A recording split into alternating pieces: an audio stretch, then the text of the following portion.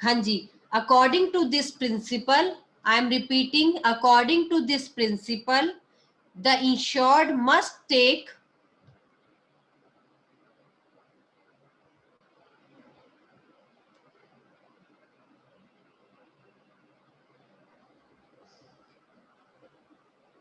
care of the property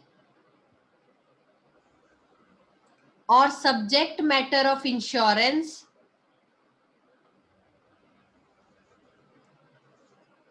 in a same way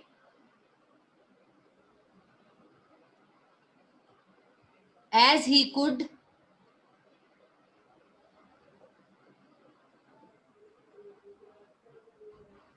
take care without taking the insurance policy.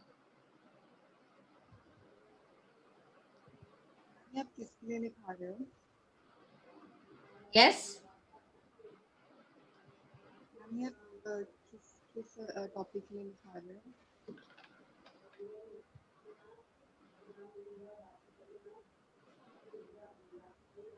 I am repeating, according to this principle, the insured must take care of the property or subject matter of insurance in a same way.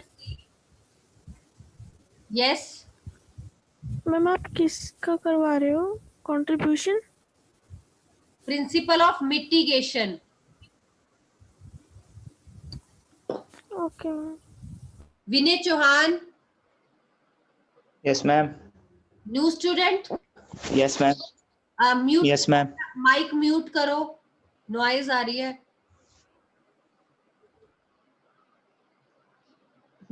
बस.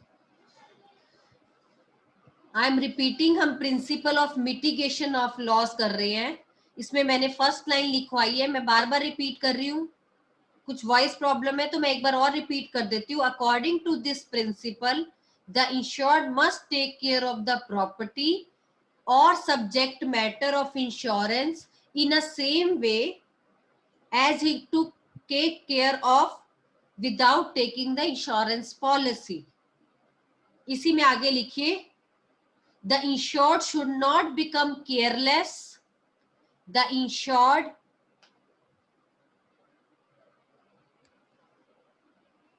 should not become careless of his property.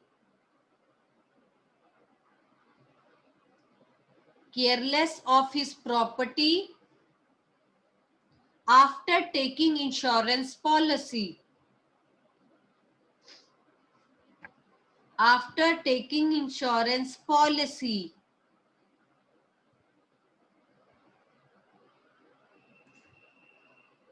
इसी में आगे लिखिए, it is a duty of insured, it is a duty of insured to take reasonable efforts.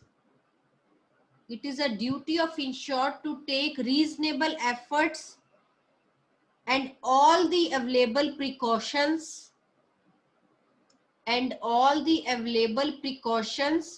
to save the property, to save the insured property.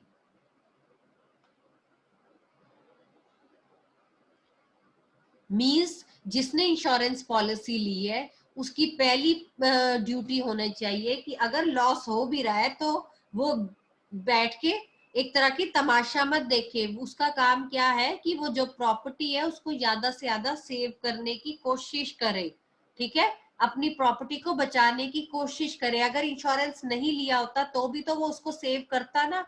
तो same is the case है कि वो उससे property को सेव करे। अब इसी में लिखिए for example,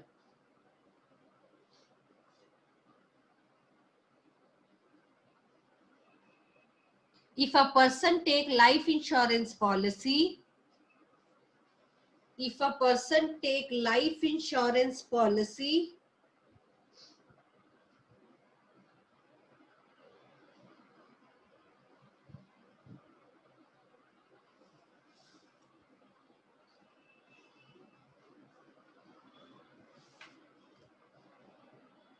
if a person take,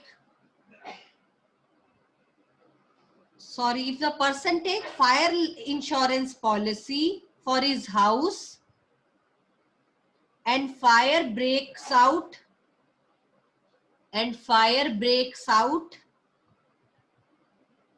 he should take all the measures, to stop the fire, rather than watching the fire,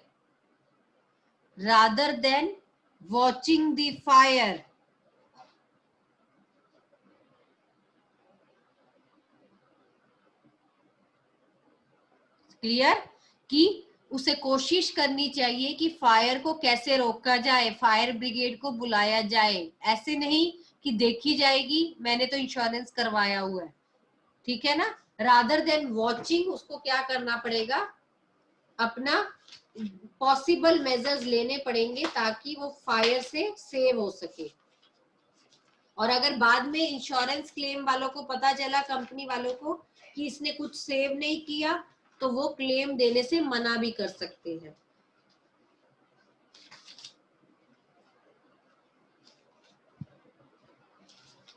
clear? Any doubt?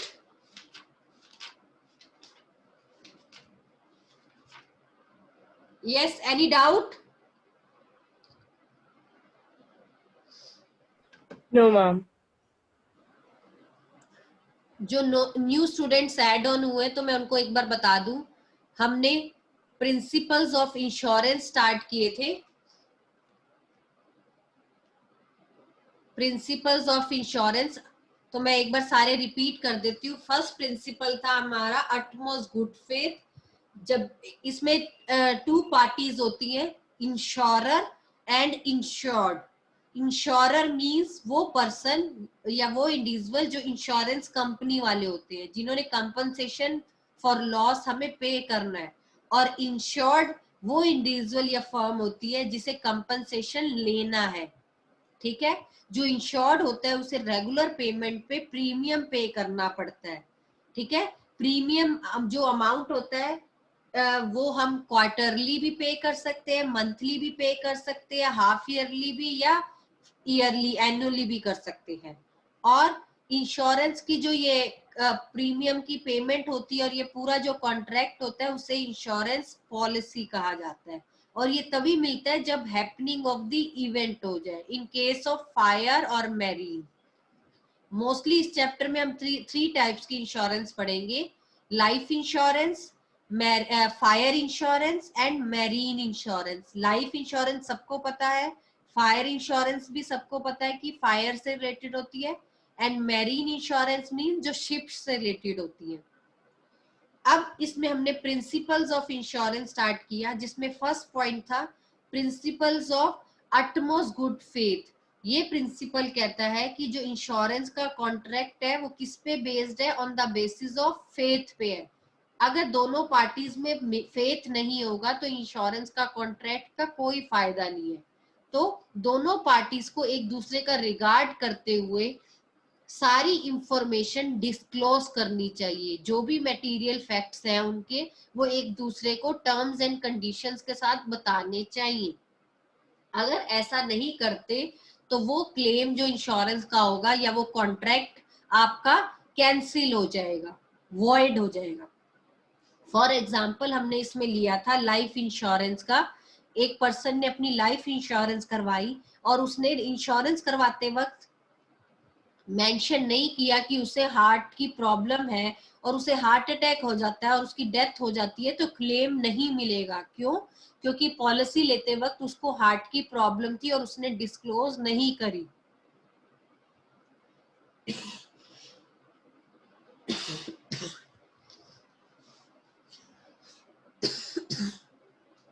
Second principal आ जाएगा प्रिंसिपल ऑफ इंश्योरेबल इंटरेस्ट। ये principal कहता है कि जो insured है उसे जब भी वो इंश्योरेंस पॉलिसी करवाता है तो कहीं ना कहीं उसका इंश्योरेबल इंटरेस्ट होता है। मींस कहीं ना कहीं उसका कोई ना कोई इंटरेस्ट होता है पॉलिसी लेते वक्त। मींस अगर मैं अपनी लाइफ इंश्योरेंस करवा रही हूँ अपने स्पाउस मतलब हस्बैंड की या अपने बेटे की, तो मेरा कोई ना कोई उनके साथ रिलेशन है। मैं किसी स्ट्रेंजर की लाइफ इंश्योरेंस नहीं करवा सकती। सेम ही अगर मैं लॉस बाय फायर की करवा रही हूँ तो मैं अपने हाउस अपने बिजनेस की करवा सकती हूँ, किसी नेबर्स की नहीं करवा सकती। और अगर मैं ऐसा करती हूँ तो मुझे कोई क्लेम नहीं मिलेगा। तो इंश्योरेबल इंटरेस्ट का मतलब है आपका कहीं ना कहीं वहां इंटरेस्ट इंक्लूड होगा। थर्ड आ जाता है प्रिंसिपल ऑफ इंडेमनिटी।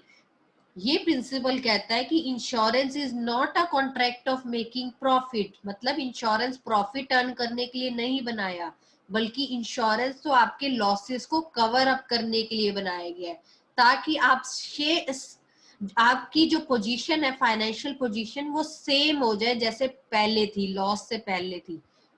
आपने देखा है अगर कल को कोई भी प्रॉब्लम मिस हैपनिंग हो जाती है तो हमारी पूरी फाइनेंशियल कंडीशन खराब हिल जाती है।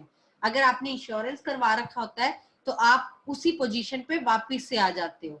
पर ध्यान रखना है जो लाइफ की इंश्योरेंस होती है वो कभी भी प्रिंसिपल ऑफ इंडेमनिटी पे नहीं चलती, क्योंकि जो लाइफ है वो कभी वापस आ नहीं सकती।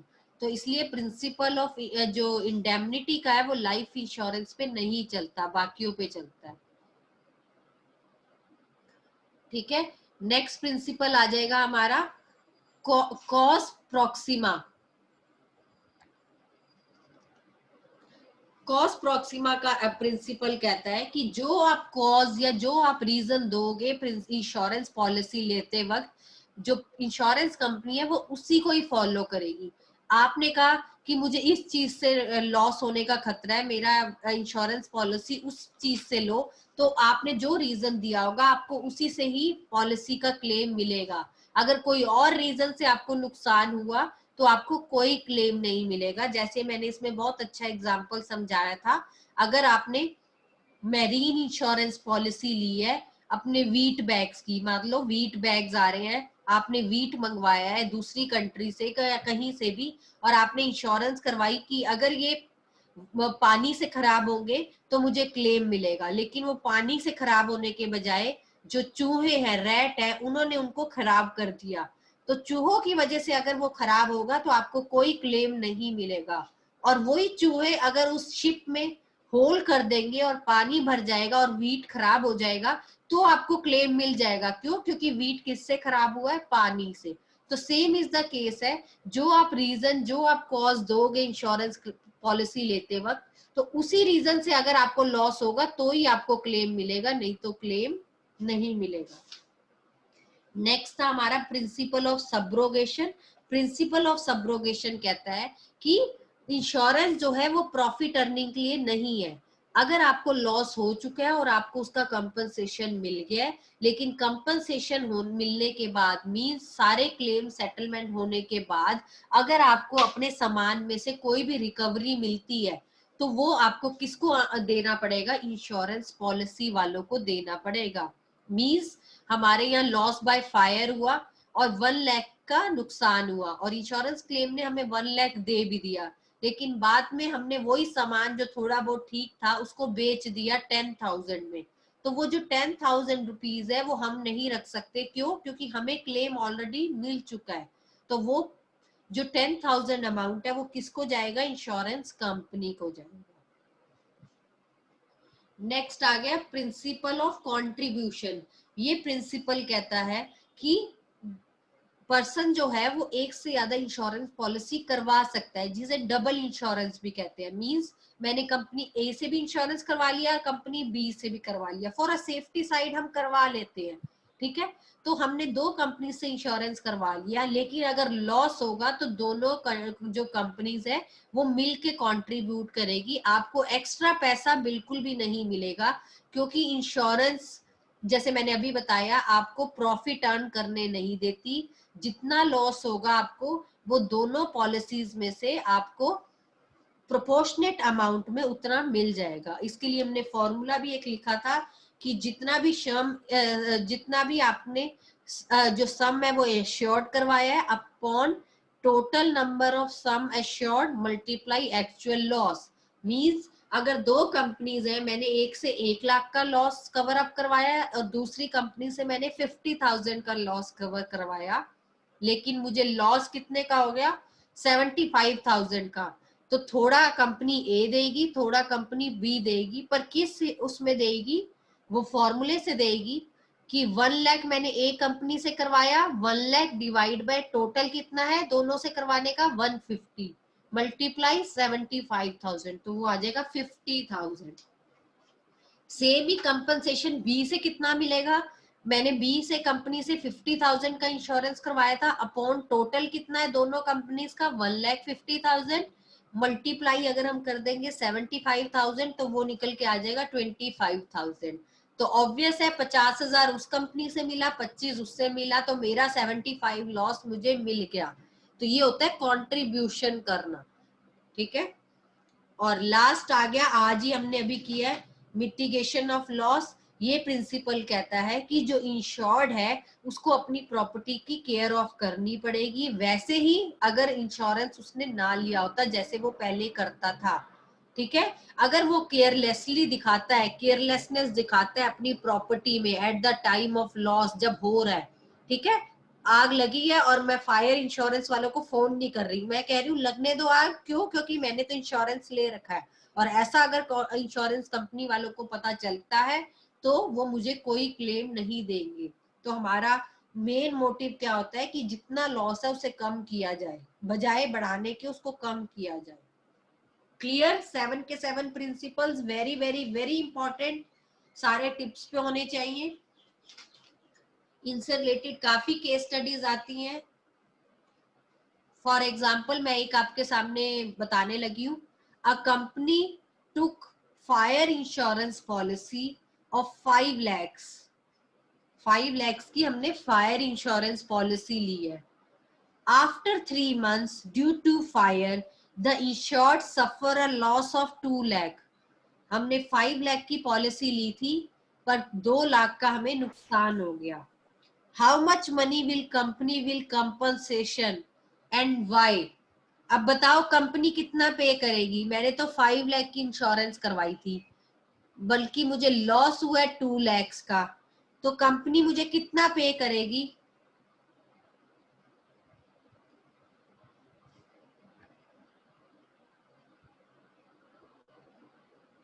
हाँ जी आर्यन बताएंगे कंपनी मुझे कितना पे करेगी? 2 लाख मैम। 2 लाख पे करेगी। उदय 2 लाख ठीक है? Yes ma'am. मैम क्योंकि 2 लाख का लॉस हुआ है। हाँ जी क्यों? वो कंपनी 2 तो बाकी 3 लाख का क्या किया फिर उन्होंने? हमारा वेस्ट। मैं वो हम नॉन पॉलिसी में मैम चली रहेगी, अगली बार ये होगी तो कवर अप कर लेंगे वो।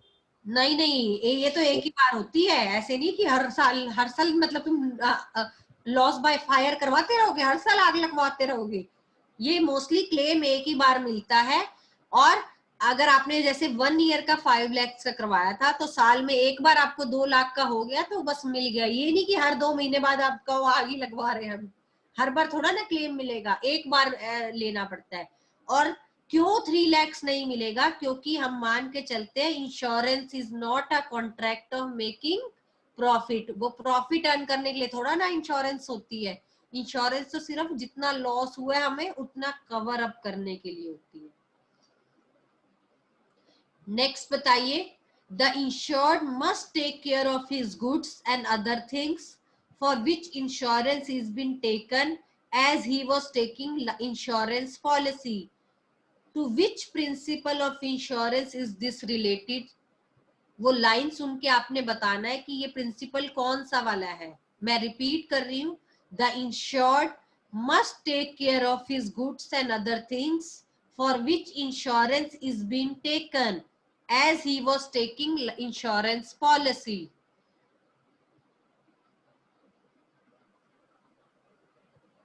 मिटिगेशन। मिटिगेशन ऑफ लॉस, बिल्कुल करेक्ट है वंदना, वंदना ने बताया है, बिल्कुल करेक्ट है। मिटिगेशन ऑफ लॉस ही कहता है कि अपने जो गुड्स है उनकी टेक केयर करो। जैसे इंश्योरेंस पॉलिसी ना ली होती तब भी तो आप टेक केयर करते, वैसा ही। Next, the insured must have an interest in the subject matter of insurance. Which principle of insurance is related here?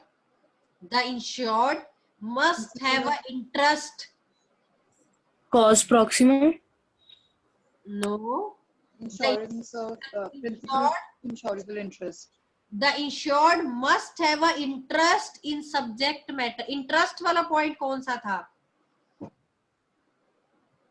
Principal of insurable interest. Insurable interest. वो कह रहा है कि जो भी इंश्योर्ड है उसका कोई ना कोई इंटरेस्ट होगा सब्जेक्ट मैटर ऑफ इंश्योरेंस में। मतलब इंश्योरेंस लेते वक्त उसका कोई ना कोई इंटरेस्ट, मतलब उसका कोई ना कोई रिलेशन होगा। तो ये कौन सा प्रिंसिपल था? इंश्योरेबल इंटरेस्ट वाला था। Next, the cause for the loss must be related to the purpose of insurance. ये कौन सा प्रिंसिपल है? The cause for the cause proxima वाला, बिल्कुल। मींस वो लॉस, वो प्रिंसिपल कहता था कि जिस पर्पस के लिए इंश्योरेंस लिया है अगर वही कारण हुआ लॉस का तो ही पॉलिसी मिलेगी, नहीं तो नहीं मिलेगी। Next, it is a binding on both the parties of insurance to disclose contribution. हाँ, Contribution. utmost good faith। ठीक है ना, जब दोनों पार्टीज को कहा जाता है कि अपनी सारी इंफॉर्मेशन डिस्क्लोज कर दे इंश्योरेंस लेते वक्त, तो वो कौन सा प्रिंसिपल होगा? Principle of utmost good faith। Next, the insured should not be allowed to make profit by selling the damaged property or in case of lost property being recovered। मान लो मैंने प्रॉपर्टी मेरी गुम हो गई थी और इंश्योरेंस वालों ने मुझे क्लेम दे दिया, बाद में वो मेरी मिल गई प्रॉपर्टी, तो बताओ कौन सा प्रिंसिपल हुआ? Subrogation. Principle of subrogation. क्योंकि प्रिंसिपल ऑफ सब्रोगेशन कि हमने कोई प्रॉफिट अर्न नहीं करना और अगर कोई चीज डैमेज हो जाती है, उससे कुछ भी मिलता है, तो वो हमने किसको दे देना है? इंश्योरेंस पॉलिसी वाले को। तो इसी टाइप के आपको आते हैं क्वेश्चंस। आपको पूरी प्रॉपर केस स्टडी आती है, एक केस स्टडी सुनिए और वेरी वेरी इंपॉर्टेंट है इस टाइप की। A husband took the life insurance policy of his wife after 1 year the couple get divorced and later on after 2 years the wife died. Will husband get compensation from insurance company? Husband ने insurance policy करवाई अपनी wife की, पर 1 year बाद ही उन couple का divorce हो गया और फिर 2 years बाद उसकी वाइफ की उसको पता चला डेथ भी हो गई। अब क्या हस्बैंड कंपनसेशन ले पाएगा इंश्योरेंस वालों से? बताइए। No ma'am. No? Yes ma'am. अब जो यस बता रहे हैं Yes, वो ma'am, I think. यस वाले भी रीजन बताए और नो वाले भी रीजन बताए। हाँ जी, रिया ने बोला नो। कुछ था ही नहीं। यस मैम, नो बोला था मैंने। हाँ, नो का रीजन क्या है? आपको क्यों लगता है कि उसको कंपनसेशन? मैम क्योंकि उनके बीच में डिवोर्स हो गया था, तो वो एक साथ नहीं रहते। अच्छा, और यस किसने बोला? वंदना ने, इस तरह मम्मी। Yes. कुणाल ने? यस मैंने भी। बताओ फिर यस। तो अगर Ma'am, मैंने भी yes बोला। यस है तो क्यों यस यस क्यों लगा आपको? रीजन दे। मैम उनकी फैमिली में और कुछ था ही नहीं ना, जो भी आज्ञा आएगा लेने तो क्योंकि मिलेगा मैम ही कंपनी। जब उसने हम इंश्योरेंस करवाया था तब तो उसका इंटरेस्ट था, अब वो बाद में जाके चेंज हो गया बिकॉज ये ही गॉट डाइवोर्स। बिल्कुल करेक्ट है जो भी बोला। Husband will get compensation from the insurance policy. क्यों? Because in case of life insurance the insurable must be present at the time of taking the policy. ये मैंने special line बताई थी कि लाइफ इंश्योरेंस लेते वक्त वो बंदा प्रेजेंट होना चाहिए। जैसे उसकी वाइफ तो थी ना वो उस समय, पर जब डेथ हो गई या नहीं रहती तब जब क्लेम मिलता। हाँ जी। But ma'am, if husband is making regular payment of premium, तो उसको after death भी मिलेगा ही। हाँ, वही तो मैं कह रही हूँ, वो जब प्रीमियम पे किए जा रहा है, चाहे वाइफ साथ नहीं रहती, अब तो उसकी डेथ ही होगी है, डेथ पे ही मिला होगा, ऑब्वियस है उसका क्लेम। पर वो चाहे रहती है, ये ध्यान रखना हमेशा जब भी लाइफ का आप करवाते हो तो उस समय जब पॉलिसी ले रहे हो उस समय वो प्रेजेंट होना चाहिए। उस समय तो वो उसकी वाइफ थी ना, बाद में चाहे जो भी उनके बीच में हुआ। पर अगर फायर का है और ऐसी मैरीन इंश्योरेंस लिया है, वहां दोनों टाइम प्रेजेंट होना चाहिए। मींस आज मेरा घर था, मैंने इंश्योरेंस करवा दी, आज मैंने वो घर बेच दिया और जब आग लगी तो मैं जाके खड़ी होगी कि मुझे दे दो क्लेम। क्यों भाई? क्यों? क्योंकि तुम तो घर बेच चुके हो उसको, अब तो वो लेगा क्लेम। तो ध्यान रखना है जब आप फायर और मैरीन का लेते हो तो आप लेते वक्त भी प्रेजेंट आपकी होनी चाहिए वो चीज, और जब लॉस हुआ तब भी आपकी होनी चाहिए। पर लाइफ में ऐसा नहीं चलता। क्यों? क्योंकि लाइफ जो है वो डेथ से रिलेटेड हम कह सकते हैं, उनकी नहीं बनी लेकिन वो रेगुलर पेमेंट प्रीमियम की कर रहा था, आफ्टर डाइवोर्स भी तो कर ही रहा था उसने, तब ये थोड़ा ना कहा होगा वो मेरी वाइफ नहीं है। तो उसको कंपनसेशन उसकी डेथ पे मिलेगा ही मिलेगा, क्योंकि हस्बैंड प्रीमियम पे कर रहा था। क्लियर?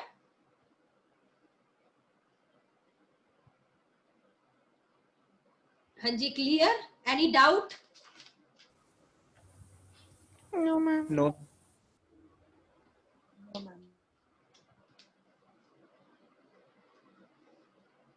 तो इस टाइप के आपको क्वेश्चंस आते हैं। एक और सुन लीजिए।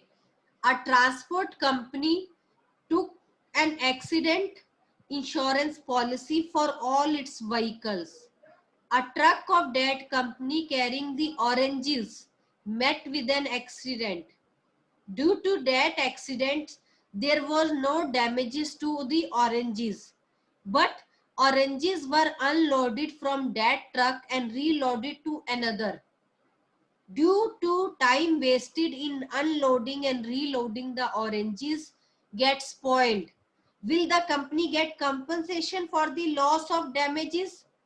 वो कह रहा है एक No ma'am. हाँ जी, मैं रिपीट। No ma'am.